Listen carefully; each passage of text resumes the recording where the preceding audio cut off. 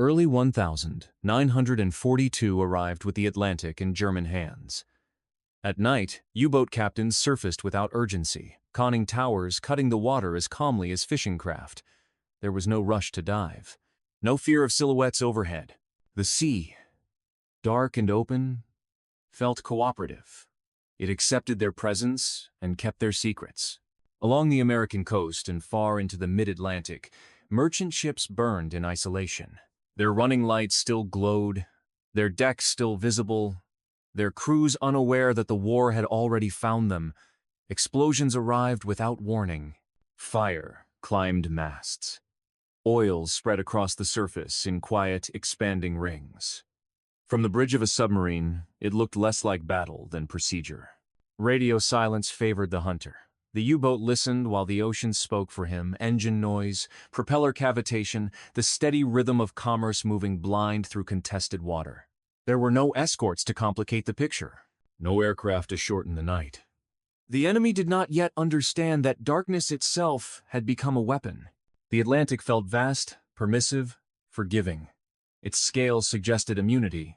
A submarine could disappear into depth, alter course by degrees, and trust that space alone would dissolve pursuit. This belief was not arrogance so much as habit. It had been reinforced by months of success, by charts marked with sinking symbols, by patrols that ended with fuel to spare. Sinkings were logged calmly. Tonnage was tallied. Coordinates were written in neat script. The war unfolded as a sequence of entries, each confirming the last. Crews learned to treat survival as routine. Dive, wait, surface, recharge, continue. Even danger, when expected, loses its edge. For a time, nothing challenged that rhythm. Escorts appeared briefly, made noise, dropped charges, then vanished. Doctrine held. Endurance belonged to the submarine. The surface fleet could not stay. The ocean was too large. Time itself favored the one who could wait. Then the reports began to change. A captain noted an escort that did not withdraw after its first pass. Another mentioned sonar contacts that persisted beyond expectation. A third wrote, without emphasis, that the sea above no longer felt empty. These were small observations, easy to dismiss, buried among routine details. But they shared a common feature. The escorts did not leave. And somewhere in the dark, unrecorded by any single patrol, the Atlantic began to feel smaller than it had the night before. The patrol began without incident, which was itself unremarkable. The convoy appeared on schedule, its shape clear in hydrophone bearings, engines steady and unhurried. The captain prepared for the familiar sequence: approach, attack, evade. But almost immediately, something felt misaligned. The escorts reacted too quickly. Their turns were sharper. Their spacing suggested intention rather than habit. After the first contact, the captain waited for the pattern he knew. A brief flurry of activity, a run of depth charges, then withdrawal. It was how these encounters always ended. The surface ships lacked the endurance to linger. They had convoys to protect, schedules to keep. Time favored the submarine. This time, the escorts stayed. Depth charges fell, detonations rolling through the hull in measured intervals. The boat dove deeper, altered course, slowed to minimum speed. The crew waited for the familiar silence that signaled abandonment. Instead, the screws above continued to turn. Sonar pings returned, steady and deliberate, marking time rather than searching blindly. Minutes stretched into hours. Doctrine offered reassurance that never arrived. Escorts were not meant to maintain contact this long. Fuel, fatigue, and competing obligations were supposed to force a choice. None came. The ships above behaved as if they had nowhere else to be. The sea began to feel occupied, not crowded, but claimed. Each ping narrowed the space the submarine could imagine as safe. The captain adjusted depth again, then course, then speed, discovering that each move was anticipated. The escorts responded not with urgency, but with patience. This was not harassment. It was study. For the first time, silence failed to deliver comfort. The crew listened as carefully as they hid, aware that listening itself was now mutual. The ocean, once a buffer of uncertainty, transmitted intent with uncomfortable clarity. Above them, coordination replaced chaos. Multiple ships worked in sequence, handing off contact without losing it. The captain reviewed the situation with growing unease. Convoy escorts defended cargo. They attacked when necessary, disengaged when prudent. What lingered above was something else entirely. These ships were not protecting. They were pursuing. The realization settled quietly, without drama. This was not an error in procedure or an unusually disciplined crew. It was a different mission. The submarine was no longer an obstacle on the way to somewhere else. It was the objective. And as the hours passed, with the sea above refusing to empty, the captain understood that this patrol would not be measured by tonnage sunk, but by how long the surface fleet was willing to wait. The change was not announced. There was no single battle, no moment that could be circled on a chart and named. Instead, the ocean itself seemed to alter its character. What had once felt infinite now felt bounded. Routes that had offered clean approaches weeks earlier narrowed or vanished altogether. The Atlantic was still vast in measurement, but in experience, it had begun to shrink. U-boat captains discovered that safe angles of attack were disappearing. Convoys were no longer isolated lines moving through emptiness. They were nodes in a wider system of surveillance and response. To reach firing position now required detours, pauses, calculations layered atop instinct. Opportunity had to be earned, and often it dissolved before it could be used. Evasion began to consume more time than attack. Hours were spent running silently at depth, engines barely turning, crews frozen in disciplined stillness. A patrol that once promised multiple engagements now yielded only endurance tests. The submarine remained alive, but inactive, its purpose deferred by the simple fact of being watched. Battery life, once a routine consideration, became a source of quiet arithmetic. Every minute submerged was counted. Every change in speed carried consequence. Captains weighed risk not against mission success, but against the length of time the boat could continue to exist unseen. Survival narrowed into a series of technical margins. Surfacing, even at night, grew uncertain. Radar swept darkness, clean of refuge. Aircraft appeared where charts had once promised gaps. The act of recharging, so ordinary it had barely been remarked upon now, demanded caution, timing, and luck. The surface no longer belonged to anyone. What troubled captains most was not the violence, but the persistence. The enemy did not rush. Escorts lingered in patrol areas long after contact was lost. Aircraft circled expanses of water with no visible reason to remain. It felt deliberate, as though absence itself was being tested for weakness. Gradually, the Atlantic began to behave less like an open ocean and more like a contained space. Movement was constrained. Time worked against concealment. The sea no longer erased tracks. It seemed to remember them. For men trained to trust depth and distance, this was disorienting. The environment that had once guaranteed escape was now an active participant in pursuit. And as patrols ended with fewer attacks and longer evasions, captains began to sense that something fundamental had shifted, though few yet understood what belief had just begun to fail. The confidence of the U-boat arm did not emerge from bravado. It was taught. Long before the war began, German submarine doctrine framed survival as a matter of physics and patience. Depth was protection. Silence was armor. A submarine did not need to defeat its enemy, it only needed to avoid being fixed in place. The ocean itself was treated as the decisive ally. Submarines were built around that assumption. They were narrow, restrained vessels, engineered to disappear rather than endure punishment. Their strength lay not in armor or firepower, but in uncertainty. Once submerged, a U-boat was expected to dissolve into layers of water, temperature, and darkness that no surface ship could reliably penetrate. Early wartime experience seemed to validate every lesson. Escorts were noisy and imprecise. Sonar was crude. Depth charges were dropped in patterns, more hopeful than exact. Even when contact was made, it rarely lasted. A change of depth, a shift in course, a reduction in speed, and the enemy slipped away. Survival appeared not just possible, but repeatable. Success reinforced belief. Patrol after patrol ended with ships sunk and boats returned intact. Logbooks filled with tonnage figures that suggested inevitability rather than chance. The Atlantic's sheer size became an article of faith. No matter how vigilant the enemy, there was simply too much water to watch. Space itself was protection. Escort endurance was assumed limited by nature and necessity. Surface ships burned fuel, crews tired, convoys demanded attention elsewhere. Even the most determined hunter would eventually be forced to choose between pursuit and duty. The submarine needed only to wait out that choice.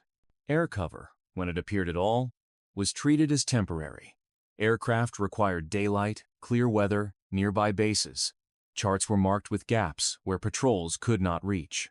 These empty spaces were not considered vulnerabilities, but constant features of geography that no amount of effort could erase. At higher command levels, these assumptions hardened into certainty. The enemy could improve, but only incrementally. Technology might sharpen detection, but never enough to overcome the fundamental advantages of submergence and distance. The hunter, it was believed, was bound by time. The submarine was not. This conviction shaped decisions. Risks were accepted because escape was presumed. Losses were explained as misfortune rather than warning. When escorts lingered longer than expected, it was treated as anomaly, not adaptation. Doctrine remained intact because it had not yet failed completely. What U-boat captains believed, what they needed to believe, was that the ocean could not be closed, that it could not be searched continuously, that patience favored the one who could hide. They did not yet understand that endurance itself was becoming a weapon, or that the enemy was learning how to stay. When the United States entered the Atlantic War, it did so with confidence shaped by distance rather than experience. The Navy had prepared for fleet engagements, carrier battles, decisive clashes of surface power. Submarine warfare, as it had unfolded in European waters, was understood in theory, but not yet absorbed in practice. The ocean off America's coast was treated as a rear area exposed, but not yet dangerous. Convoy systems existed, but only in fragments. Merchant ships sailed independently for reasons of speed and efficiency, their movements dictated by schedules rather than protection. Lights remained on along the coastline. Ports bustled at night. The war had arrived, but its disciplines had not. To German commanders watching from periscope depth, the situation appeared not just vulnerable, but familiar. Training reflected the same imbalance. Escort crews were learning while operating, their sonar skills uneven, their tactical coordination improvised. Depth charges were dropped with enthusiasm but without precision. Contact reports were inconsistent. Each ship fought its own small battle, often without a shared picture of what lay beneath the surface. Coordination between air and sea remained tentative. Aircraft flew patrols disconnected from naval movements, their sightings delayed by procedure and uncertainty. Surface ships rarely benefited from aerial intelligence in time to act. The tools existed, but they had not yet been woven into a single system. The ocean remained segmented, watched in pieces rather than understood as a whole. For U-boat commanders, these failures confirmed long-held beliefs. Sinkings mounted rapidly. Tonnage figures climbed week by week. The American coast became an extension of earlier successes, a new hunting ground shaped by the same vulnerabilities that had once defined the early Atlantic War. Confidence deepened not because the enemy was weak, but because weakness appeared structural. The losses soon reached a scale that could not be ignored. Ships disappeared faster than they could be replaced. Crews were lost within sight of land. Insurance rates soared. The mathematics of survival turned grim. What had seemed tolerable as temporary disruption began to resemble systemic failure. Yet within those failures lay the seeds of change. Each loss forced examination. Each patrol report, however flawed, added detail to a growing understanding of what had gone wrong. Officers began to question assumptions inherited from peacetime routines. The Atlantic, they realized, was not forgiving. It demanded adaptation or surrender. The Navy learned under pressure, compressing years of doctrine into months of necessity. Procedures were rewritten while the war continued. Coordination was demanded rather than requested. The ocean, once divided by habit and bureaucracy, began to be approached as a single operational space. Failure, though costly, performed its oldest function. It removed illusion. And as confidence shifted from complacency to resolve, a new idea began to circulate quietly through planning rooms, one that would no longer accept loss as the price of learning, but would seek to reverse the terms of the hunt entirely. The shift did not begin with certainty. It began with dissatisfaction. American planners studied loss charts that refused to stabilize and after-action reports that repeated the same failures in different language. Defensive doctrine protecting ships as they moved had proven reactive, always one step behind an enemy that chose when and where to strike. The question that emerged was simple and quietly radical. What if the convoy was not the center of gravity? Until then, escorts had existed to shield commerce, not to seek battle. Their task ended when danger passed, but submarines did not think in moments. They thought in patrols. They returned to the same waters, reused the same routes, relied on the same assumptions of escape. If the enemy could be forced to defend himself continuously, those assumptions might collapse. The new idea inverted priorities. The submarine, not the convoy, became the objective. Contact was no longer something to survive, it was something to maintain. Instead of driving attackers away, escorts would hold them in place. The measure of success shifted from ships saved to submarines neutralized, even if that required days of effort without visible reward. Continuous pursuit replaced brief engagement. Depth charges were no longer punctuation marks, dropped in hope and abandoned in haste. They became part of a longer conversation, pressure applied steadily, predictably, exhausting both machine and crew below. The goal was not the dramatic kill, but the erosion of options. To make this possible, escorts were reorganized. Rather than dispersing ships thinly along trade routes, planners grouped them deliberately, forming mobile units designed for offense. These formations were freed from convoy schedules. They could linger, turn back, return to contact areas, and remain until the problem beneath the surface was resolved. Endurance emerged as the decisive quality. Fuel capacity, crew rotation, maintenance, discipline all became weapons. Speed mattered less than the ability to stay. A submarine could hide for hours, even days, but it could not surface indefinitely without risk. The surface fleet, if coordinated, could. Air and sea assets were finally integrated into a single rhythm. Aircraft extended the reach of ships. Ships anchored the persistence of aircraft. Gaps closed not by geography, but by timing. What one platform lost in contact, another regained. The ocean began to be treated as a continuous field rather than a patchwork of responsibility. From these ideas emerged a new formation with no historical precedent. It was neither fleet nor escort, neither defensive screen nor raiding force.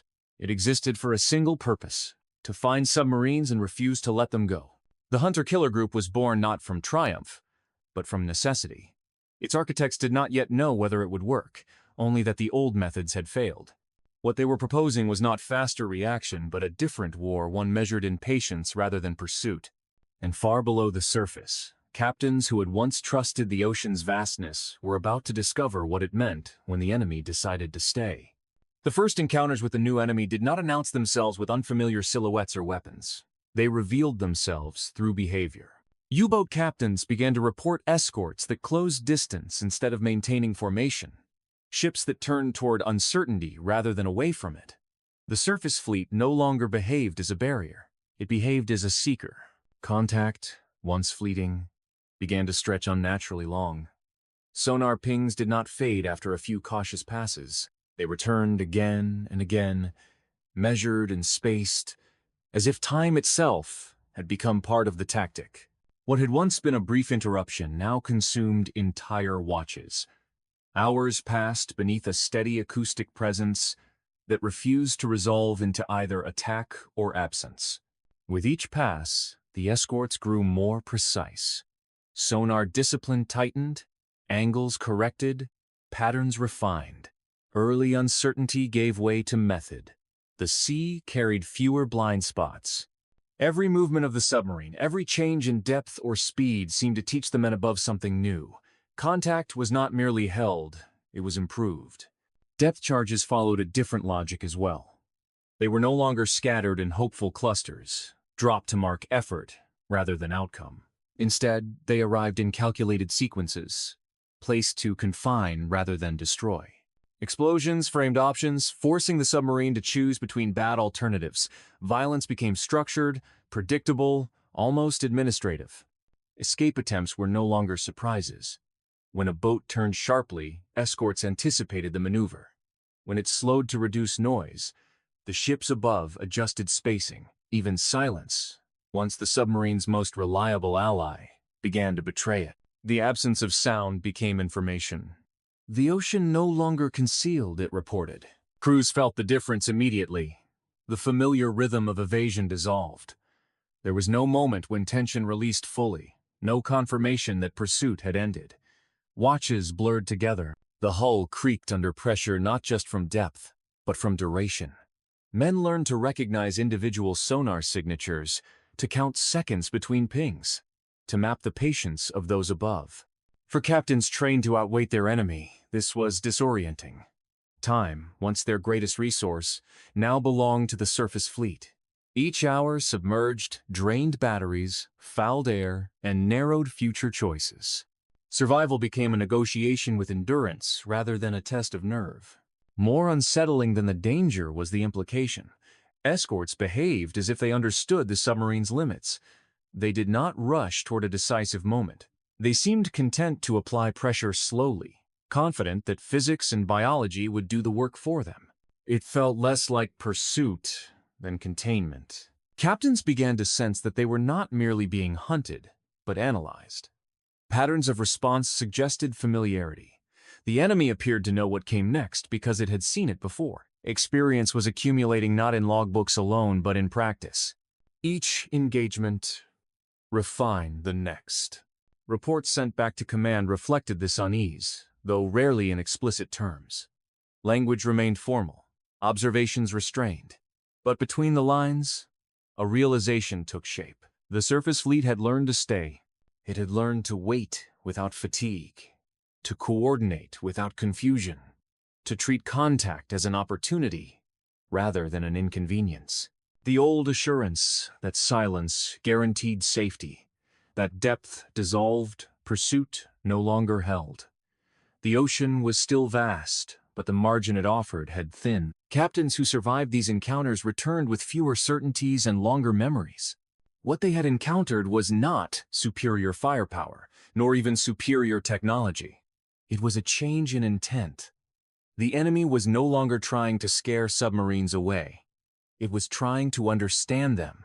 And once understanding replaced reaction, the Atlantic would never feel the same again.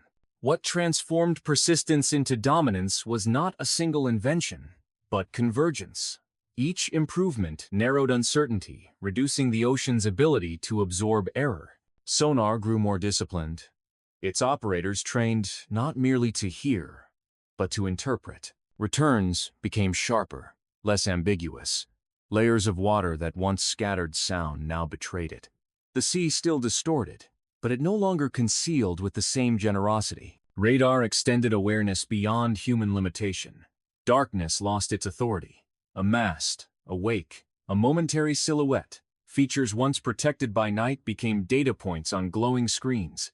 Surfacing, even briefly, carried consequences. The submarine's need to breathe and recharge was no longer an invisible necessity. It was an opportunity detected at distance. Escort carriers closed what charts had once labeled as permanent gaps. Small, slow, and unremarkable in appearance, they carried aircraft whose purpose was endurance rather than speed. These planes did not seek dramatic engagement. They circled patiently, expanding the surface fleet's reach until the ocean itself felt watched. Where one patrol ended, another began. Radio intelligence shortened time. Messages intercepted, bearings triangulated, movements inferred, none of it decisive alone, but cumulative. Submarines were no longer isolated events. They were elements in a pattern. Contact reports traveled faster than the boats they described. A U-boat might change course, only to discover that the sea ahead had already been alerted. Gradually, the Atlantic filled with invisible markers. Not mines or nets, but probabilities. Areas of recent contact drew attention. Absence itself became suspicious. The surface fleet learned where submarines preferred to operate, how they reacted under pressure, how long they could remain submerged before necessity forced exposure. Knowledge accumulated quietly, without ceremony. The submarine's advantaged stealth did not disappear suddenly. It eroded. Each patrol became slightly more constrained than the last. Each encounter revealed a little more about what hiding truly required. Silence still mattered, but it was no longer decisive. A quiet submarine could be tracked, predicted, outlasted. What mattered now was endurance. Surface ships could rotate crews, refuel, resupply. Aircraft could land and launch again. Contact could be passed seamlessly from one unit to another. The submarine, sealed and finite, carried all its limits with it. Time favored the force that could remain present indefinitely. This was not technological supremacy in the dramatic sense. It did not promise immediate victory or guarantee destruction. It promised something more subtle and more damaging. It promised that effort would be cumulative, that patience would compound, that the enemy's mistakes, however small, would not be erased by distance or delay. For U-boat captains, this shift was difficult to articulate but impossible to ignore. The ocean felt less forgiving, not because it had changed, but because it was being interpreted continuously. Every decision now left a trace. Every evasion taught the pursuer something lasting. The war beneath the waves had become one of systems rather than encounters. Success no longer depended on daring alone, but on integration, machines, speaking to machines, crews trained to think across hours and days rather than moments. The Atlantic was being rendered legible, and once the sea could be read, it could be searched. Far below, crews listened as sonar pulses returned with increasing regularity, unaware of how many layers of detection now framed their movement. They still believed they were evading ships. They had not yet grasped that they were confronting an environment that had learned how to watch. Constant pursuit transformed life aboard a submerged U-boat into a calculation of diminishing margins. Batteries, once managed with routine confidence, drained steadily under prolonged evasion. Every hour submerged carried a cost that could not be deferred. Speed was reduced, systems powered down, lights dimmed. The boat continued to move, but only just. Its endurance measured in percentages rather than distance. As power declined, air quality followed. Carbon dioxide accumulated despite careful regulation. Oxygen grew thin, stale, heavy. The smell of fuel oil mixed with sweat and damp metal, creating an atmosphere that pressed inward. Ventilation, limited by necessity, became inadequate. Breathing required effort. Thought followed the same pattern. Heat built gradually, trapped by steel and insulation. Machinery radiated warmth even at low output. Bodies added to it. There was no relief, only tolerance. Sweat-soaked uniforms and pooled-on deck plates. Fatigue deepened, not through exertion, but through the absence of recovery. The environment itself worked against rest. Above all, there was sound. Sonar pings arrived with mechanical regularity, each one announcing presence without action. They did not threaten immediate destruction. They threatened time. The pulses marked the passing of minutes and hours, reminding the crew that pursuit continued, uninterrupted. Silence between pings was no longer comforting. It was anticipatory. Sleep fractured under this pressure. Men rested in short intervals, waking often, never fully disengaged. Dreams mirrored the rhythm of sonar returns. Watches blended together. The distinction between day and night dissolved completely. Fatigue became cumulative, eroding judgment in increments too small to measure until they mattered. Decisions made in this state were necessarily conservative. Bold maneuvers carried risks the crew could no longer afford. Each choice was weighed not against success, but against survival probabilities. The captain measured battery levels, air quality, and crew condition as carefully as enemy position. Tactical initiative narrowed into risk management. What changed most profoundly was the nature of hope. Escape was no longer envisioned as a clever maneuver or sudden opportunity. It became statistical. The question shifted from how to evade to how long endurance could be stretched before physics intervened. Survival depended less on action than on the enemy's patience faltering first. For crews trained to trust their skill and discipline, this erosion was unsettling. The submarine was still intact. No hull breach, no catastrophic damage. Yet the environment itself exerted pressure as surely as any weapon. Men adapted because adaptation was the only option, but adaptation came at a cost measured in alertness and resolve. These conditions were not exceptional. They became normal. Patrols ended not with decisive engagements, but with prolonged submergence and careful withdrawal when opportunity allowed.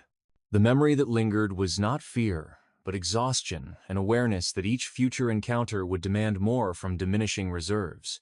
Above, the surface fleet rotated crews and refueled. Below, the submarine carried its limits with it.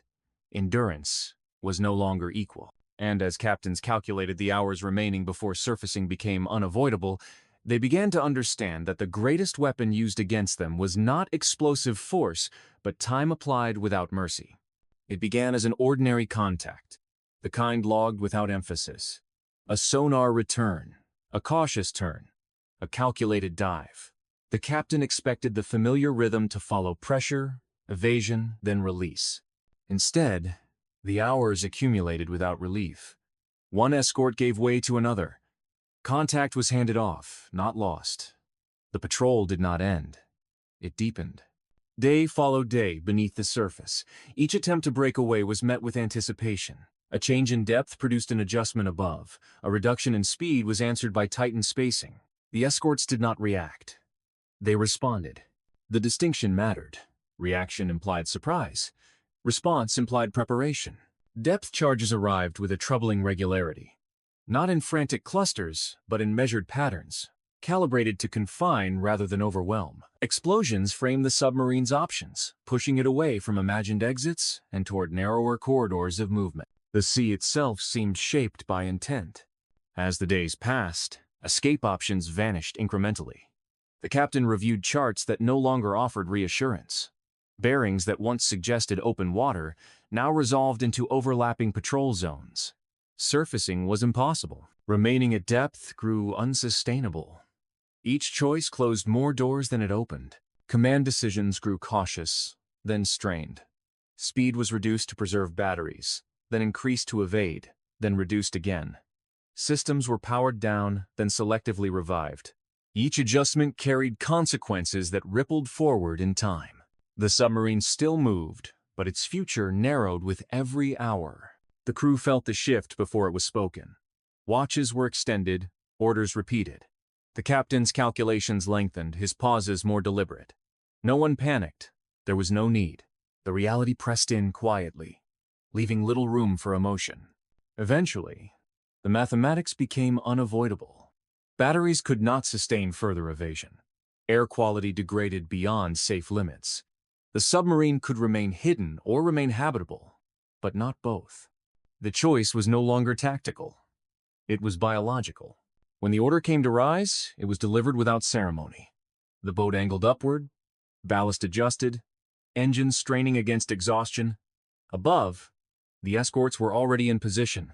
They had not rushed this moment. They had prepared for it. The illusion that escape was always possible collapsed not in a dramatic instant, but through accumulation. Every belief that had once sustained confidence, depth, silence, distance, had been tested repeatedly and found insufficient. The ocean had not provided sanctuary. It had become a boundary. For the captain, the realization carried a particular weight. Doctrine had promised that patience favored the submerged. Experience now suggested the opposite. Patience, wielded by an enemy with endurance, could be lethal. The sea no longer reset encounters. It preserved them. What followed capture, destruction, or withdrawal under fire varied from patrol to patrol. But the pattern endured. Submarines that were found were not easily released. The hunter did not tire. The hunt did not end when contact was made. It ended when one side could no longer continue. Reports from such patrols reached command stripped of drama. Language remained, measured, precise. But between the lines, a truth emerged that could not be obscured. The Atlantic no longer allowed mistakes to dissolve into space. It remembered them. For those who survived, the lesson was unmistakable. Escape was no longer guaranteed by design. It had become conditional, dependent on factors increasingly outside the captain's control. And, as word spread of patrols that stretched across days without release, the U-boat arm began to confront a reality it had long denied. The ocean was no longer something to vanish into. It was something that could hold on. The reports changed in tone before they changed in content. Language remained formal, measured, professional, but something intangible had shifted. Captains no longer described the Atlantic as open or empty. They wrote of waters that felt observed, patrolled, accounted for. The ocean had not grown smaller on charts, but it had grown attentive in experience. This sense of being watched altered behavior quietly, without orders. Patrol routes were adjusted not for opportunity, but for avoidance. Captains favored areas once considered secondary not because they promised success, but because they promised less contact. The sea was no longer chosen for what it offered, but for what it might withhold.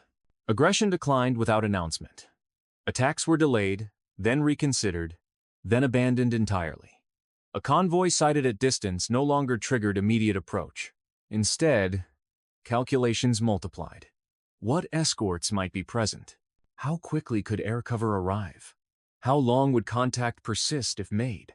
The answer, increasingly, was longer than before, and that alone was reason enough to hesitate.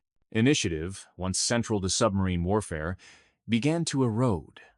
Captains waited for conditions that never fully materialized. They surfaced less often, even when batteries demanded it. They passed on targets that once would have been taken without question. The logic was sound. The cost of engagement had risen, while the certainty of escape had vanished. In this environment, attacks were sometimes broken off after the first indication of resistance. A single sonar contact, a distant aircraft, a hint of coordination above was enough to end the attempt. What mattered was not the immediate threat, but the likely duration of what followed. Engagements were no longer moments. They were commitments. Survival gradually replaced mission success as the governing priority. This was not cowardice. It was adaptation under constraint. Captains remained disciplined, professional, obedient. But their internal calculus had changed. Returning the boat intact became a form of achievement. Tonnage sunk. Once the primary measure of value, slipped quietly into second place. The psychological reversal was profound. For years, the submarine had been the unseen presence, the one that chose when to appear and when to vanish. Now that role was uncertain. The surface fleet lingered. Aircraft returned. Contact followed contact. The hunter no longer controlled the rhythm of engagement. Crews felt this shift as well. The atmosphere aboard grew cautious, restrained. Anticipation replaced confidence. Watches were alert but tense. Every sound carried implication. The ocean no longer promised concealment. It suggested exposure. Men listened, not just for danger, but for confirmation that danger had not yet arrived.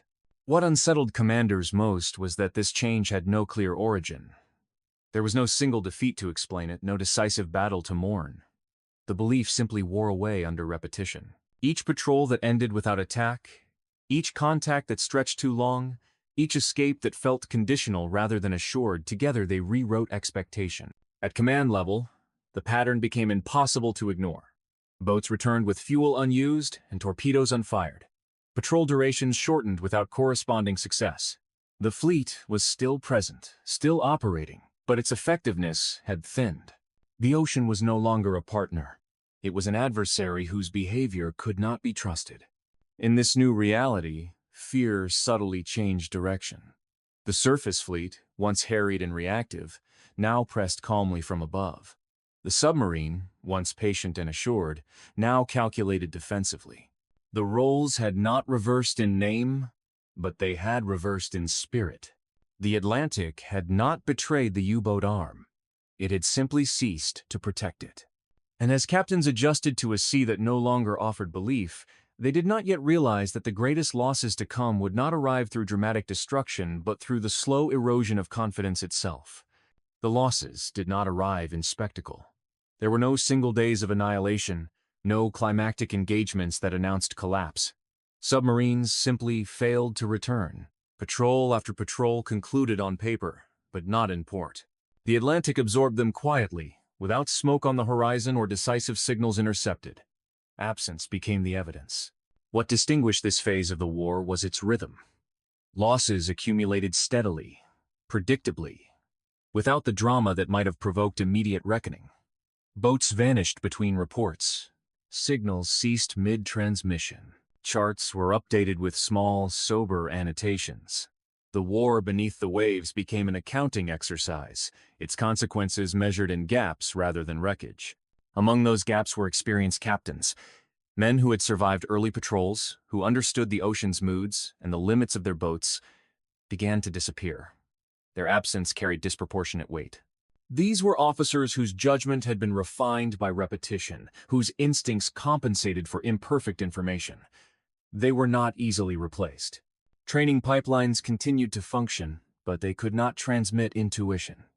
New captains arrived with manuals memorized and procedures rehearsed, yet without the accumulated caution that only survival conferred.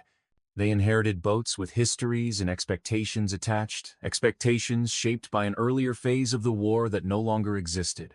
These crews faced impossible arithmetic. They were asked to match the success rates of predecessors while operating in an environment that had grown hostile to every assumption that once made success feasible. The ocean they entered was not the one described in training lectures. It was narrower, more patient, less forgiving. Patrol effectiveness declined accordingly. Attacks were fewer, engagements shorter. Boats spent more time evading than pursuing, more time submerged than searching. The effort expended per result increased steadily, while the results themselves diminished. What had once been a war of initiative became a war of endurance, already lost. The Atlantic itself did not change in appearance. Weather followed familiar patterns. Distances remained constant, but repetition transformed it into something lethal. Each patrol area grew more studied, each tactic more anticipated. The sea did not need to surprise anymore. It relied on familiarity. Attrition worked invisibly, but relentlessly. Each lost boat reduced institutional memory. Each lost crew increased pressure on those remaining. The system thinned from within, its outward form intact, but its inner resilience eroded. Superiority did not collapse. It faded. At command level, reports were read with growing unease. Loss rates climbed even as contact reports suggested fewer engagements. This imbalance defied traditional explanation. Boats were not being destroyed in great battles. They were being removed through persistence, through an enemy willing to wait longer, track farther, and apply pressure without pause. The psychological burden compounded the material one. Crews departing on patrol understood, statistically, what awaited them. Survival probabilities were calculated privately, rarely spoken aloud. The war became less about defeating the enemy than about enduring probability itself. And yet operations continued. Orders were obeyed. Patrols sailed. The structure remained disciplined, professional, intact. But beneath that surface, confidence no longer regenerated between missions. It drained away with each failure to return, each empty berth, each delayed signal that never arrived. What made this phase decisive was not the scale of destruction, but its consistency. The Atlantic became lethal not through singular brilliance, but through repetition applied without relief. Every patrol faced the same pressures. Every escape grew more conditional. The margin narrowed until it ceased to exist. By the time this reality was fully acknowledged, superiority had already passed its peak. Not in collapse, not in retreat, but in silence. The advantage once held by the U-boat arm did not end with a final battle. It ended when there were no longer enough experienced men left to remember how it had ever been otherwise. Discipline endured even as belief drained away. Crews followed procedures, captains executed orders, and boats sailed on schedule. On paper, the U-boat arm still functioned. Beneath that surface, morale eroded quietly, without mutiny or protest. The war continued, but confidence no longer accompanied it. What failed first was faith in doctrine. Depth, silence, and patience had once promised safety. Now they offered only conditional survival. These principles were not disproven by theory, but exhausted by repetition. Each patrol revealed limits that training manuals could not correct. Each evasion that depended on chance weakened conviction further. Orders continued to be obeyed, yet expectation vanished from their execution. Captains no longer assumed that correct procedure would ensure escape. They treated commands as obligations to be fulfilled until circumstance intervened. The distinction was subtle but decisive. Discipline remained intact. Belief did not.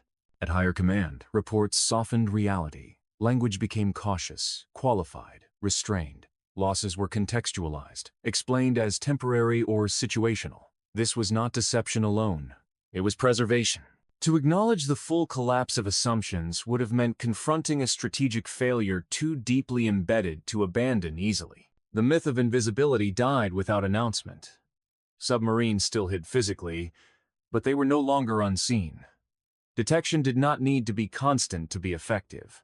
The possibility of being found anywhere, at any time, altered behavior. Stealth became conditional rather than absolute. Fear, which had once belonged to surface crews, reversed direction. Escorts approached contact with patience instead of urgency. Aircraft lingered confidently overhead. The submarine, sealed and finite, carried the psychological burden of pursuit. The hunter listened more than it advanced. The hunted waited more than it struck. This reversal reshaped life aboard. Conversations grew shorter. Humor faded. Anticipation replaced confidence. Men prepared not for action, but for endurance. The ocean, once an ally, now felt indifferent at best, complicit at worst. It no longer promised concealment. It merely delayed exposure. What made this defeat psychological rather than material was its persistence beyond loss. Even boats that survived patrols returned altered. Their crews carried knowledge that training could not erase. Success felt temporary. Failure felt statistical. The war became a calculation rather than a contest. By this stage, the Atlantic belonged to no one. It no longer sheltered submarines, nor did it grant absolute control to surface fleets.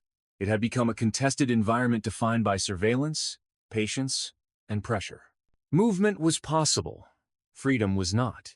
The U-boat arm continued to fight. Ships were sunk. Patrols were completed. Yet the internal narrative that had sustained endurance was fractured. Men no longer imagined themselves unseen arbiters of the sea.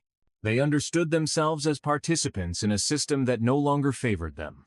This recognition did not cause collapse. It produced resignation, and in wars measured by endurance rather than moments, resignation was often the most decisive defeat of all. Within crews, this resignation settled unevenly. Some men clung to routine as insulation, others to silence. Letters home grew shorter, carefully neutral. The future narrowed to the length of the patrol. Survival was no longer imagined as return with success, but as return at all. The sea no longer offered meaning. It imposed probability. Command could sense the change but could not reverse it. New directives emphasized resolve, sacrifice, and duty, yet avoided confronting why belief had failed. The system continued to function because discipline remained strong, but it no longer regenerated confidence. Each patrol consumed more belief than it restored. The war persisted through momentum alone, moving forward even as conviction retreated. Strategic defeat does not always arrive with surrender. Sometimes it arrives when men continue fighting without imagining victory. The U-boat arm reached that threshold quietly. It still possessed weapons, crews, and orders. What it no longer possessed was certainty. And without certainty, endurance became an obligation rather than a choice. The Atlantic had not turned against them in anger. It had simply ceased to care. It recorded movement, rewarded patience, and punished limits without emotion. In that indifference, the psychological war was decided. The sea did not need to defeat the U-boats. It only needed to outlast their belief. And that endurance reshaped the Atlantic War forever without dramatic battles. The hunter-killer groups did not win the Atlantic through spectacle. They altered its logic. What they changed was not simply who sank whom, but how war at sea was understood. Defense yielded to pursuit, and in that shift, the assumptions of an entire era were rewritten. Before their arrival, anti-submarine warfare was reactive by design. Escorts protected convoys, responded to contact, and disengaged once danger passed. Success was measured by survival rather than denial. Hunter-killer groups inverted that logic entirely. The submarine, not the merchant ship, became the center of effort. Defense was replaced by pursuit. This shift elevated endurance above speed. Ships were valued not for how fast they arrived, but for how long they could remain. Time, applied deliberately, became the decisive weapon. A submarine could hide briefly, but it could not outlast a force designed to stay. Coordination now outweighed individual brilliance. No single ship, pilot, or commander determined success. Victory emerged from integration. Surface ships, aircraft, intelligence officers, and sonar operators functioned as parts of a single system. Information flowed continuously rather than episodically. Contact lost by one platform was regained by another. Technology did not replace patience, it amplified it. Sonar, radar, and communications networks ensured that effort accumulated instead of dissipated. The ocean no longer erased mistakes through distance. It recorded them. In this sense, the Atlantic became searchable. Not completely, and never perfectly, but systematically. Areas were revisited with purpose. Absence itself became a form of evidence. The sea was no longer a void punctuated by encounters. It became an environment shaped by attention. Submarine warfare was redefined at its core. It was no longer a contest between concealment and detection alone. It became a struggle between finite endurance and renewable endurance.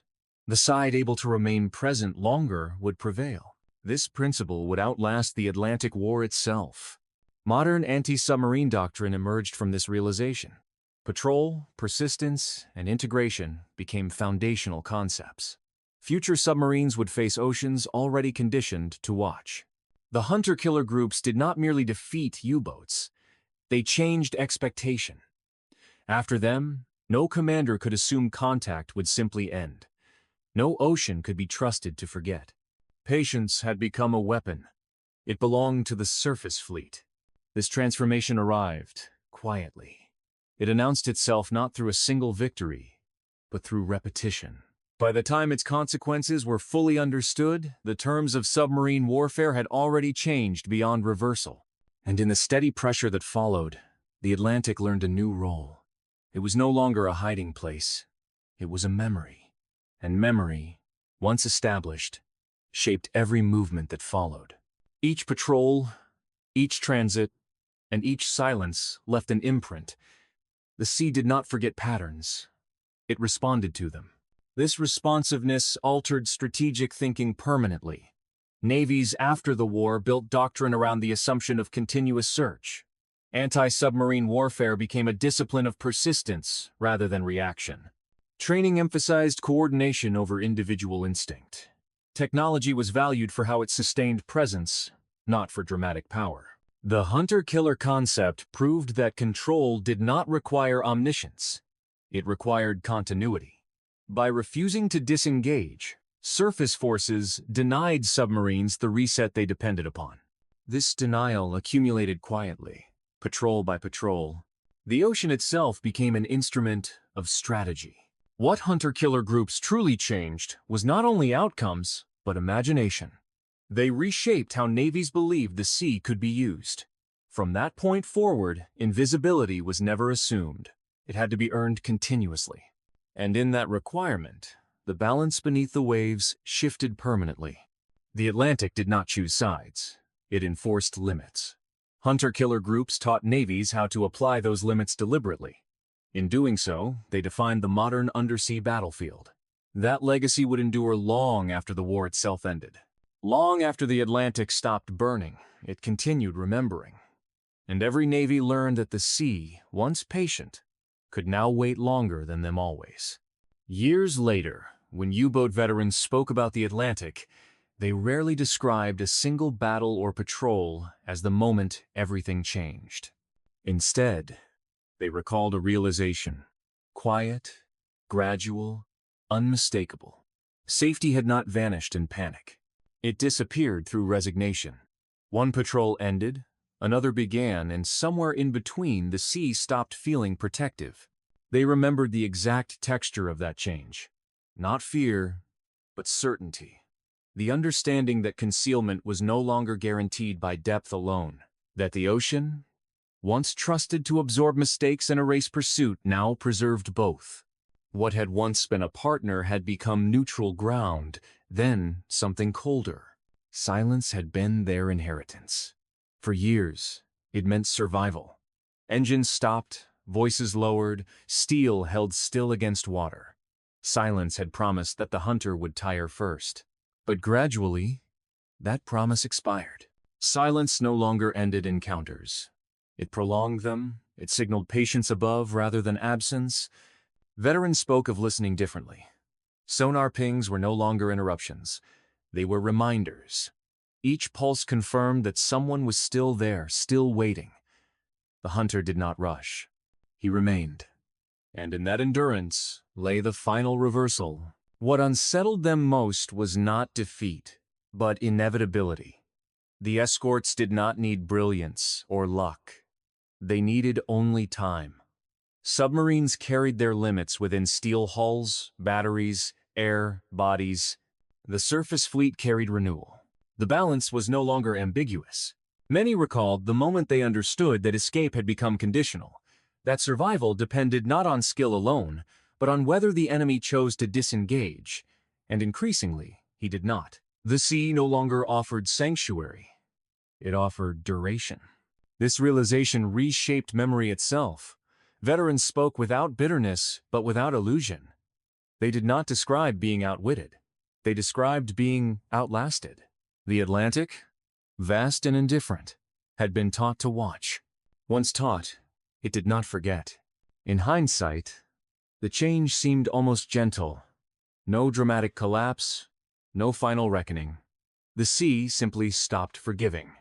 Each patrol felt heavier than the last. Each return felt temporary. The belief that had once carried them outward no longer accompanied them home. The Atlantic learned how to remember patterns, routes reused, behaviors repeated, habits relied upon too long. Memory replaced mystery. And when mystery faded, so did advantage. The sea itself became part of the opposing system, not as an enemy, but as a medium shaped by attention. Veterans understood this without bitterness. They spoke of it as one speaks of weather changing, something larger than intent, something learned too late to reverse. They had believed the sea would always hide them because it always had. Then the sea began to hunt back. It did so without anger, without triumph. It enforced limits. It rewarded patience. It punished assumptions. In doing so, it closed an era of submarine warfare defined by invisibility, and opened another defined by endurance. When the Atlantic War ended, the ocean returned to silence. Ships passed without escort. Night regained its darkness, but the memory remained not in water, but in doctrine. Navies carried forward the lesson that concealment is temporary, and patience, once weaponized, is decisive. For the men who served beneath the waves, the lesson was simpler. The sea had never been theirs. It had only tolerated them for a time. They believed the ocean would always hide them. Then the ocean learned how to wait.